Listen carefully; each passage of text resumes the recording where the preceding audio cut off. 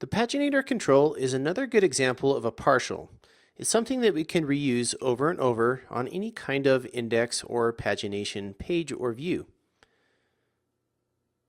So the first thing we'll do is we'll go back into our application and we're going to add a paginator partial.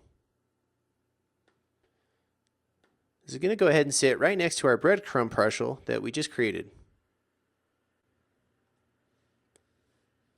So I'm just going to call it paginator.phtml. So get ready for this because we're going to push a lot of code into this partial file.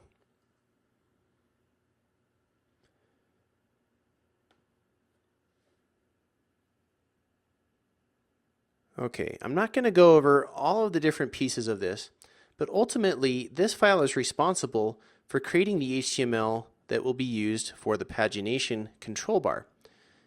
We're also going to be using the Twitter Bootstrap classes for that. Twitter provides some pagination classes to create a Twitter style pagination bar.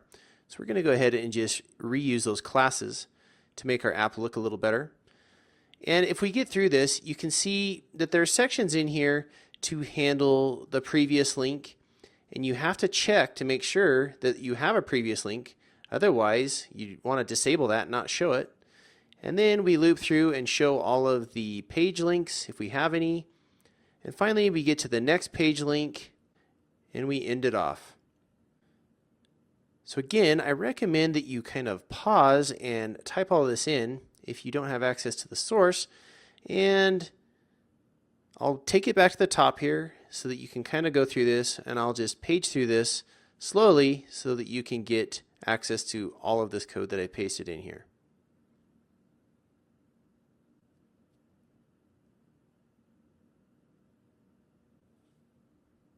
Okay, the last piece to our pagination puzzle is to actually display this paginator partial on the bottom of our view. So we're going to go ahead and go back into our book list view now for our index.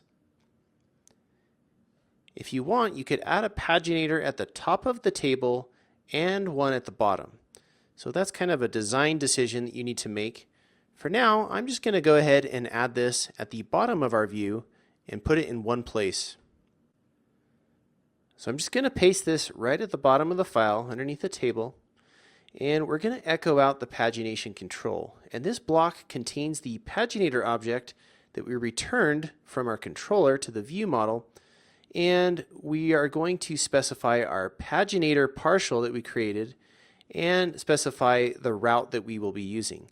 The reason why we have to add the route is because we're going to be creating links with inside of that pagination partial, and it needs to know what route you're going back to. So in this case, we're going to the default book index route. This sliding attribute is part of a paginator, and part of the documentation in Zend describes different ways that you can set up paginator. There's all sorts of ways that you can do pagination, and this is just one of them. If you're interested in all of the paginator controls, I suggest you look up the pagination component documentation in Zend and give that a check. All that's left now is that we test this out in the browser and see what happens in our book list. So here's our book list pre-pagination. If we do a refresh, here's our book list post-pagination. And you can see we are only showing 3 at a time, and we have our pagination bar at the bottom here with our next and our previous. As you can see, the previous is not enabled because we're on the first page, and as we move through the different pages, our pagination bar becomes enabled.